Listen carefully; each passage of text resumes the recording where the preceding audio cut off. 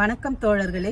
இன்னைக்கு நம்ம பார்க்க போகிறது வெந்தயக்கீரையை எப்படி பறித்து எப்படி நம்ம சமையலுக்கு பயன்படுத்தலான்றதை பார்க்க போகிறோம். இதுக்கு முன்னாடி போன வீடியோவில் உங்களுக்கு வீட்டிலே எளிய முறையில் எப்படி வெந்தயக்கீரையை பயிர் செய்யலான்றதை பார்த்துருப்பீங்க. பார்க்காதவங்க அதை பார்த்து கொஞ்சம் தெரிஞ்சுக்குங்க.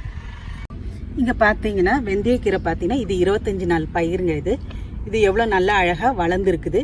நேற்று பெஞ்ச மழையினால கொஞ்சம் ரொம்ப உள்ளெல்லாம் நீங்கள் பார்த்தீங்கன்னா நல்லா தெரியும், சாஞ்சி இருக்குது. இது போதுங்க, இந்த வளர்ந்த ஸ்டேஜ் இது போதும். இதை எப்படி பறிக்கலான்றத பார்க்கலாம். இது ரொம்ப ஈஸிங்க பறிக்கிறது. நம்ம ரொம்ப கஷ்டப்பட்டுலாம் பறிக்க வேண்டாம். இப்போ இங்கே பார்த்தீங்கன்னா இங்கே எவ்வளோ சாஞ்சி இருக்குது பார்த்தீங்களா, அந்த இதுலேருந்தே உங்களுக்கு எடுத்து காட்டுறேன். இது மெலுப்பமாக நீங்கள் இப்படி 2 விரலை வச்சு அழகாக எடுத்தீங்கனாலே அந்த வேரோட அழகாக வந்துடும். உங்களுக்கு பார்த்தீங்கன்னா இந்த வேரோட அழகாக வந்துடுது பாருங்கள். இதை வந்த உடனே அப்படியே நம்ம கையில் அழகாக வச்சுக்கோங்க. அதே மாதிரி எல்லாத்தையும் எடுத்து ஒரு கட்டு மாதிரி ஆக்கிக்குங்க. நான் உங்களுக்கு செய்து காட்டுறேன் பாருங்கள். மறுபடியும் இப்படி மெதுவாக எடுத்தீங்கனாலே உங்களுக்கு அழகாக வரும். ரொம்ப ப்ரெஷர் கொடுக்காதீங்க.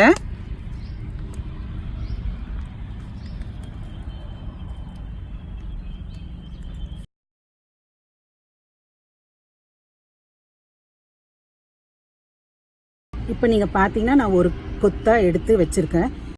இந்த ஒரு கட்டை எடுத்த உடனே நீங்கள் உடனே என்ன பண்ணுங்கள், ஒரு ரப்பர் பேண்டு அல்லது நூலில் சுற்றி வச்சுக்குங்க.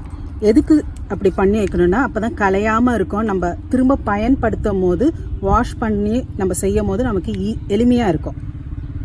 இப்போ பார்த்தீங்கன்னா எங்கள் வீட்டு தோட்டத்தில் இருந்து 5 கட்டு எடுத்துருக்குறாங்க. இதை எப்படி வாஷ் பண்ணி நம்ம பயன்படுத்தலான்றதை பார்க்க போகிறோம். ஒன்று சொன்ன மாதிரியே நீங்கள் பார்த்தீங்கன்னா தெரியும், நான் இந்த இதை நூலில் கட்டியிருக்கிறேன். இது கட்டுறது எதுக்காகன்னா நம்ம இந்த பாகத்தை கட் பண்ணி நம்ம எடுத்துகிற போகிறோம். எடுத்துட்டு தான் நம்ம சாப்பாடுக்கு யூஸ் பண்ண போகிறோம்.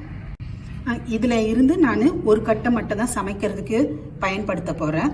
மற்றதெல்லாம் எப்படி உங்களுக்கு ஸ்டோரேஜ் பண்ணி வைக்கலான்றதை சொல்ல போகிறேன்.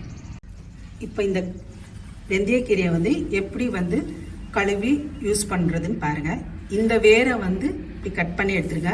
அதுக்காக தான் இந்த நம்ம முதலே நூலை அல்லது ரப்பர் பேண்ட் நம்ம போட்டு வச்சுருக்குது. இந்த வேர் பாகத்தை இது அப்படியே அழகாக பிடிச்சிங்க கட் பண்ணி எடுத்துருங்க.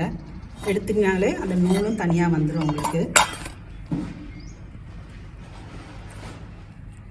இது இவ்வளோ நீளமாக இருக்கிறதுனால சமைக்கிறதுக்கு கொஞ்சம் கஷ்டம். அதனால் நம்ம கொஞ்சம் கொஞ்சமாக கட் பண்ணி சின்ன சைஸாக கட் பண்ணிக்கோங்க. ஒரு பாத்திரத்தில் தண்ணி எடுத்து வச்சுக்கோங்க. அந்த தண்ணியில் நம்ம நறுக்கிய வெந்தயக்கீரையை உள்ளே போடுங்க. போட்டுட்டு வாஷ் பண்ணிவிடுங்க. இது ஏன் கட் பண்ணிவிட்டு வாஷ் பண்ணோன்னா, நீங்கள் முதலே வாஷ் பண்ணிவிட்டு கட் பண்ண முடியாது. அப்படி பண்ணிங்கன்னா அந்த கீரை ஒரு வழவழப்பு தன்மை கொடுத்துரும். அதனால் நீங்கள் கட் பண்ணிவிட்டு கழுவி வச்சுக்கோங்க.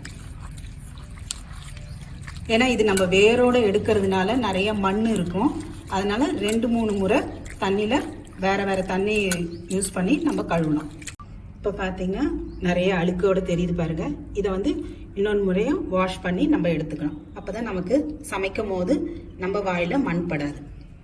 இப்போ பார்த்தீங்கன்னா 2 முறை சுத்தம் பண்ணியாச்சு. சுத்தம் பண்ணோன்னே அந்த மண்ணெல்லாம் நல்லா அழகாக போயிட்டு இப்போ மிச்சம் இருக்கிற இதை எப்படி ஸ்டோர் பண்ணலான்றது பாருங்கள்.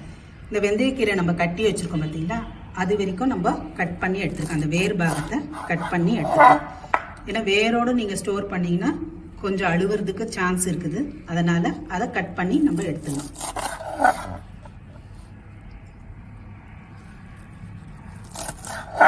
இப்போ கட் பண்ணி முடிச்சாச்சு.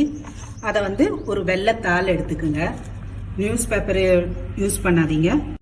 வெள்ளைத்தாளில் வச்சுட்டு அழகாக ரோல் பண்ணுங்க. ரோல் பண்ணிவிட்டு நம்ம யூஸ் பண்ண பார்த்தீங்களா, அதுக்கு முந்தைய ரப்பர் பேண்டு அதை போட்டு வச்சுருங்க. இது 2 or 3 டேஸ்லேயே நீங்கள் பயன்படுத்துறீங்க. இப்போ எப்படி நம்ம இந்த கீரையை ஸ்டோர் பண்ணுறதுன்னு தெரிஞ்சுக்கணும். அடுத்த வீடியோவில் எப்படி இந்த கீரையை பயன்படுத்தி உங்களுக்கு சப்பாத்தி சொல்லித்தரேன். மீண்டும் சந்திப்போம் ஆதன் ஃபார்ம்ஸ் சார்பாக.